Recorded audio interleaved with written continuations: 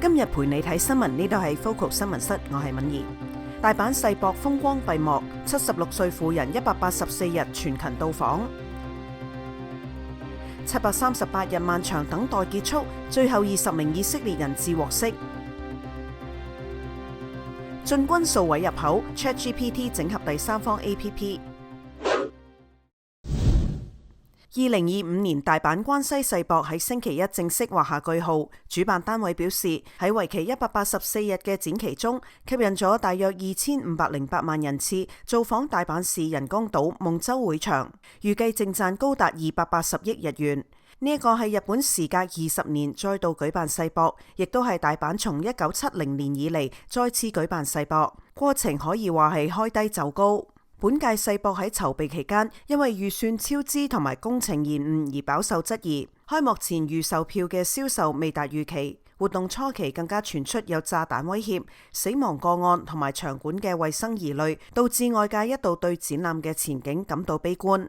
不過隨住展期推進，參觀者嘅正面評價逐漸擴散，口碑發酵，令到進場熱潮喺後半段明顯回升。特別係喺9月之後，每日進場嘅人數都穩定維持喺20萬人以上，最終售票數遠遠超過咗1800萬張嘅損益平衡點。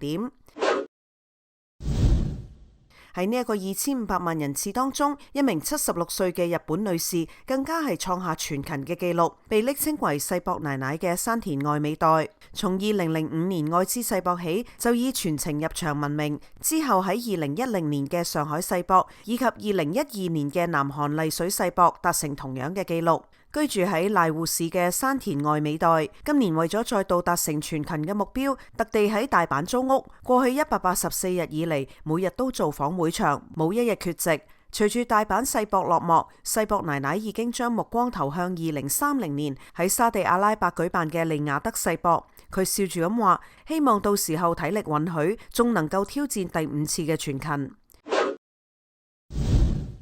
展期結束之後，唔少人好奇呢一啲充滿創意嘅展館將會去邊度。主辦方表示，大概有20%嘅展館將會被移到其他嘅地方再利用。其中最受矚目嘅木造大屋頂喺拆除之後，呢一啲嘅木材將會被移到石川縣嘅地震災區，作為公營住宅嘅建材，令到世博嘅精神以另一種嘅形式延續落去。至於因為填海造陸而誕生嘅夢洲，就將從世博舞台華麗轉身，朝向日本第一座結合賭場嘅綜合型度假村邁進。歡迎喺評論區分享你嘅睇法。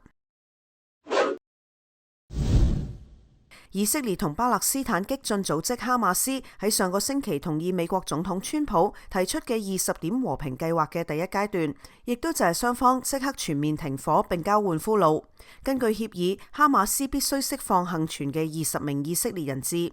喺20名人質當中，包括28歲雙胞胎兄弟加利柏曼同埋齊夫柏曼，佢哋擁有德國同埋以色列嘅雙重國籍。2023年10月7號，哈馬斯武裝分子突襲以色列，當時年僅26歲嘅兩兄弟喺諾亞音樂節附近遭到綁架。而家獲釋嘅畫面喺網絡上流傳，佢哋嘅家人喺受訪時曾經表示，兩人從小就形影不離，一齊經營公司，一齊旅行。喺被帶入加薩之後，卻喺審訊中被發現係兄弟關係，被逼遭到分開囚禁。而家兩兄弟終於重逢，一家人相擁嘅畫面亦都令人動容。除咗柏曼兄弟，其他獲釋嘅人質亦都陸續同家人團聚，其中包括24歲嘅男子大衛。佢最後一次露面係喺哈馬斯今年8月公布嘅影像當中，畫面裏面骨瘦如柴嘅大衛表示，佢正在為自己掘墳。但係喺重逢嘅喜悅中，亦伴隨住戰爭留下嘅傷痕。另一名獲釋嘅德爾雙重國籍人質24歲嘅鋼琴家奧克爾喺囚禁期間受咗傷，其中一隻眼可能已經失明。呢738日嘅漫長等待終於畫下句點。不過嗰啲喺囚禁期間死亡嘅人質，至今仍有家屬喺度等待遺體歸還。而對呢一啲嘅幸存者同佢哋嘅屋企人嚟講，回家嘅路先至啱啱開始。歡迎喺評論區分享你嘅睇法。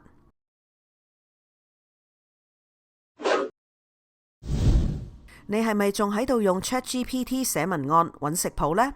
而家製造商 OpenAI 唔單止要佢係一個聊天機器人，未來將變成一個作業系統，協助你訂酒店、叫外賣、排歌單，所有嘅事情都可以喺同一個對話框裏面完成。ChatGPT 製造商 OpenAI 日前喺年度開發者大會中推出全新軟件開發套件 APPS SDK， 正式整合第三方應用程式，令用戶唔需要嘥時間切換唔同嘅 APP。舉例嚟講，你可以直接下指令 Spotify 幫我喺呢個星期五舉辦嘅派對中建立歌單。呢個時候 Spotify 就可以直接喺對話框裏面做出回應。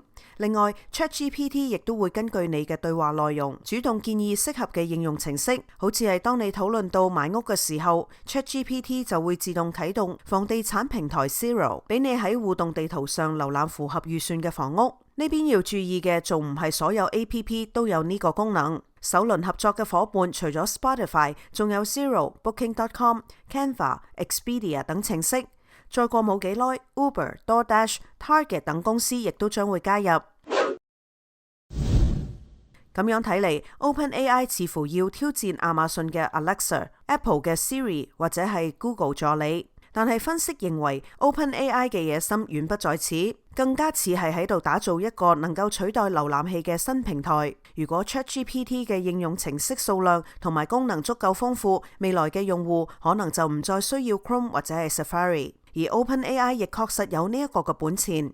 執行長奧特曼喺大會開場嘅演講中就指出，喺2023年 OpenAI 嘅開發者數量只有大概200萬人。ChatGPT 每週活躍用戶大概係1億人，而家已經達到400萬名開發者，使用者規模更加係嚟到8億人。龐大嘅用戶數亦都帶嚟咗驚人嘅營收。OpenAI 財務長弗里拉上個月表示 ，OpenAI 今年營收預期將會達到130億美元，遠高於舊年嘅40億美元。不過，由於每年喺度運算同埋研發上嘅投資多達10億美元，加上近期喺晶片同埋資料中心嘅巨額支出，公司目前仍處於虧損嘅狀態。